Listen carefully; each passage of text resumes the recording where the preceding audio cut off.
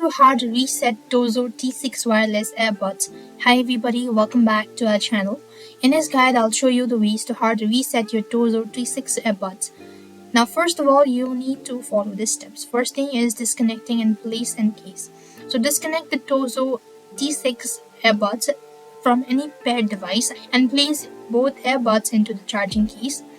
With the earbuds in the case and the lid open, press and hold the case button for 15 seconds. After holding the button for 15 seconds, keep the lid open and wait for 10 seconds before removing the earbuds. Then the earbuds should now be pairing mode, indicate by a flashing red and a blue light, and you could pair them with your device as F. So this way you should be able to hard reset Tozo T6 wireless earbuds. I hope the video was helpful. Make sure to like, share and subscribe to our channel. Thank you for watching. See you in the next video.